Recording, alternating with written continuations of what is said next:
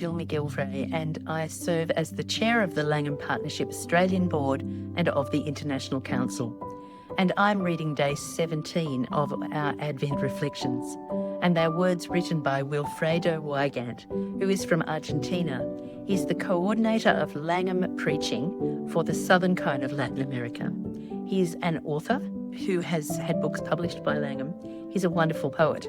But speaking English is not his best skill, and so today I will read his words, which are about Rehoboam. The king answered the people harshly, rejecting the advice given to him by the elders. He followed the advice of the young men. 1 Kings 12:13 and 14. Rehoboam appears in Jesus' genealogy in Matthew 1:7. He was the son of Solomon and initially reigned over Judah and Israel after Solomon's death. However, during his reign and due to his actions, the kingdom was divided around the 10th century BC, with Judah in the south and Israel in the north. We can summarize his behavior toward the people of God in these lines. He did not heed the counsel proposed to him by his father Solomon's advisors. Rather, as king, he listened to and acted on the advice of his young peers. He did not serve and help the people of Israel. Rather, he treated them roughly and harshly, imposing forced labour upon them to serve himself. He caused Israel to rebel against his government, dividing the kingdom. Under his watch, Judah did what was evil in the sight of the Lord. Could it be then that Rehoboam appears in Jesus' genealogy to bring us hope, as the driving idea of these Advent devotionals intends? I don't think so. In fact, I think the opposite. The inclusion of Rehoboam among Jesus' ancestors is strictly due to kinship. In essence, Rehoboam is the antithesis of Jesus, and that's where I want to focus on the contrast.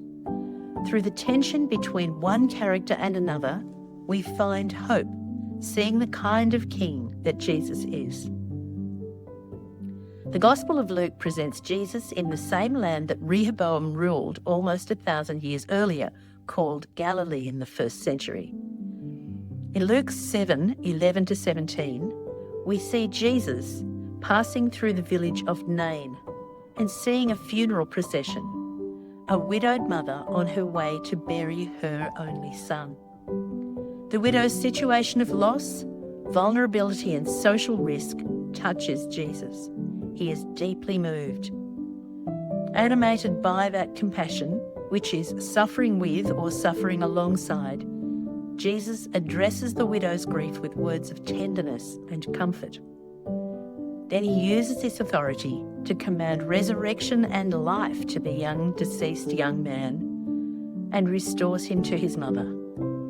Faced with this miracle, those present recognized great power wielded for good. They were all filled with awe and praised God. A great prophet has appeared among us, they said. God has come to help his people. Luke 7:16. The contrast between Jesus in 1st century AD Palestine and Rehoboam in 10th century BC Israel is striking. In the same land where Rehoboam delivered harsh words to God's people contrary to God's will, Jesus is recognized as a prophet who brings words and realities of abundant life in the name of Yahweh.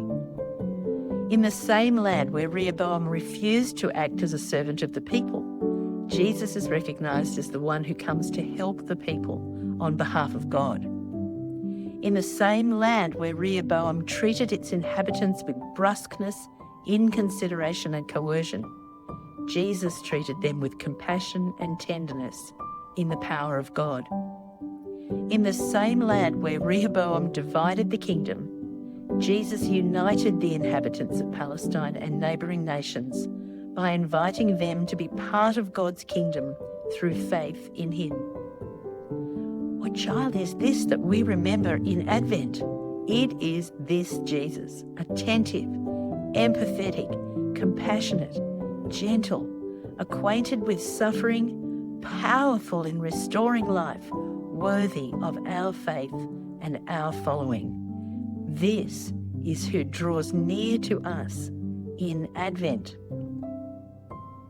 In Argentina and much of Latin America, daily life reflects the attitudes of Rehoboam.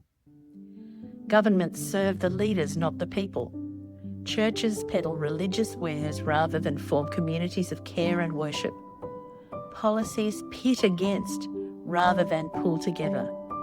And public words wound and manipulate to preserve power rather than heal and encourage to promote unity.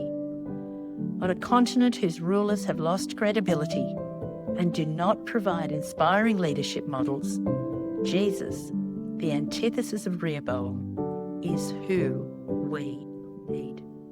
May we all encounter Jesus, the hope of Advent. Amen.